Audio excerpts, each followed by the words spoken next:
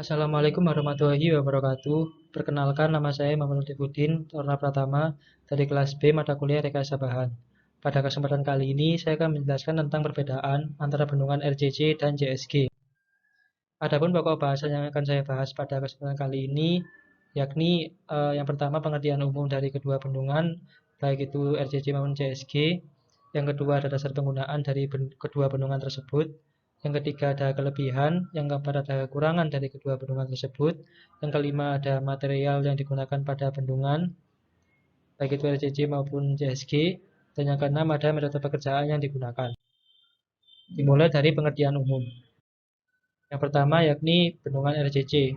Bendungan RCC atau Roll Compact Concrete merupakan bendungan yang dibangun menggunakan beton dengan konsistensi tanpa kemerosotan dalam keadaan tidak mengeras.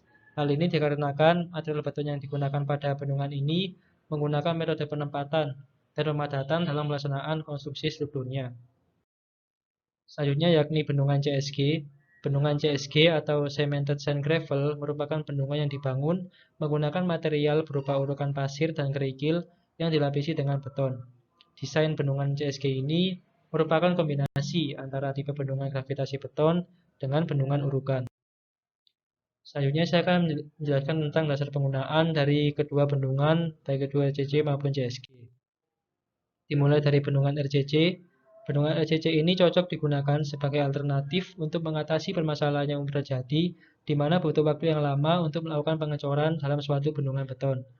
Yang kedua yakni bendungan CSG. Bendungan CSG cocok digunakan pada kondisi site, di mana area penggalian dan ruang persiapan materialnya terbatas. Selanjutnya saya akan menjelaskan tentang kelebihan dari bendungan RCC dan CSG. Untuk bendungan RCC sendiri, kelebihannya yakni masa konstruksinya lebih singkat. Mengapa demikian? Karena pada pelaksanaan bendungan RCC ini menggunakan metode penempatan yang secara terus-menerus menggunakan konveyor, sehingga tentu waktu yang diperlukan menjadi lebih singkat. Yang kedua, biaya konstruksinya lebih murah jika dibandingkan dengan bendungan konvensional yang lainnya. Yang ketiga, lebih tahan terhadap erosi. Kemudian untuk bendungan CSG, kelebihannya antara lain yang pertama ada biaya konstruksinya lebih murah, yang kedua materialnya mudah didapat. Selanjutnya saya akan menjelaskan tentang kekurangan dari kedua bendungan yakni RCC dan CSG. Untuk bendungan RCC, kekurangannya antara lain yang pertama lebih berpotensi terjadinya rembesan, karena memang pada bendungan ini dibangun dengan lapisan-lapisan horizontal yang tipis sehingga memungkinkan terjadinya rembesan ketika terjadi perubahan gradien hidrolik yang tinggi. Yang kedua, tingkat keamanan dari bendungan RCC ini masih belum teruji ketika terjadi gempa, karena memang sejauh ini masih belum ada bendungan RCC yang besar yang mengalami goncangan seperti gempa bumi. Yang ketiga, kekurangannya yakni hanya bisa dibangun secara efektif pada site tertentu, yakni pada site yang memiliki ketersediaan material yang cukup untuk pelaksanaan konstruksi bendungan RCC ini. Selanjutnya yakni kekurangan dari bendungan CSG. Yang pertama, ketahanan terhadap daya tarik cukup rendah, sehingga pada bendungan RCC ini berpotensi terjadinya retakan. Seperti itu. Selanjutnya saya akan menjelaskan tentang material bendungan yang digunakan pada bendungan RCC dan CSG. Untuk bendungan RCC, material yang digunakan adalah semen, agregat, air, dan bahan tambahan kimia. Untuk semen yang digunakan adalah semen Portland tipe 2, di mana karakteristik dari semen ini hanya menimbulkan panas yang rendah pada awal lumur beton, dan waktu pengerasannya cukup lama dibandingkan dengan tipe semen yang lain. Kemudian ada agregat. Agregat yang digunakan pada bendungan RCC ini harus memenuhi persyaratan di mana ukuran nominal maksimumnya 75 mm. Kemudian untuk air yang digunakan harus sesuai dengan SNI nomor 03-6817/2002. Kemudian untuk bahan tambahan kimia yang digunakan pada bendungan ini ada 3, yakni bahan tambahan pengurangan air atau water reducing, perlambatan pengerasan atau retarding, dan pembentuk gelombang udara atau air retaining. Untuk ketiga bahan tambahan kimia ini akan saya jelaskan lebih lanjut pada slide selanjutnya.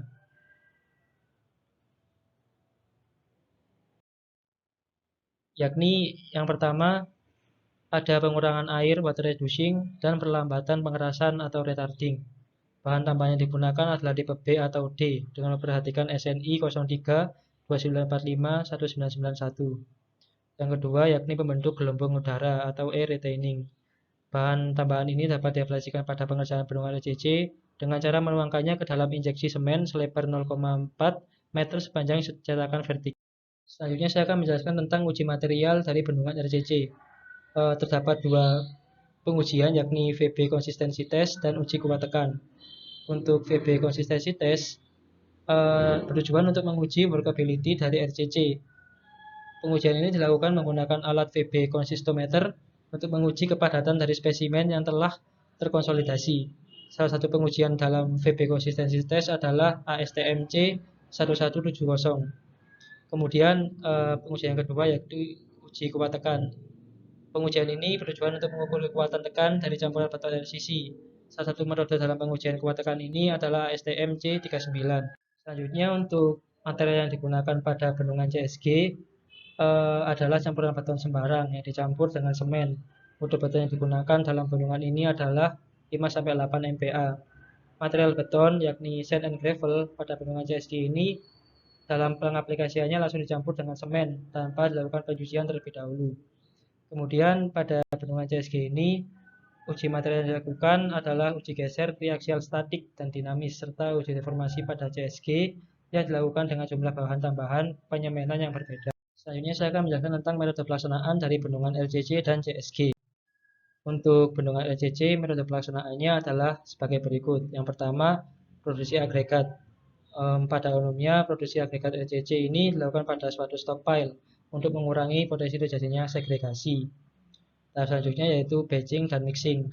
Alat pengaduk yang digunakan pada proses ini adalah pengaduk dengan poros atau shaft horizontal yang dapat beroperasi secara terus-menerus sehingga waktu yang diperlukan pada pelaksanaannya cukup singkat.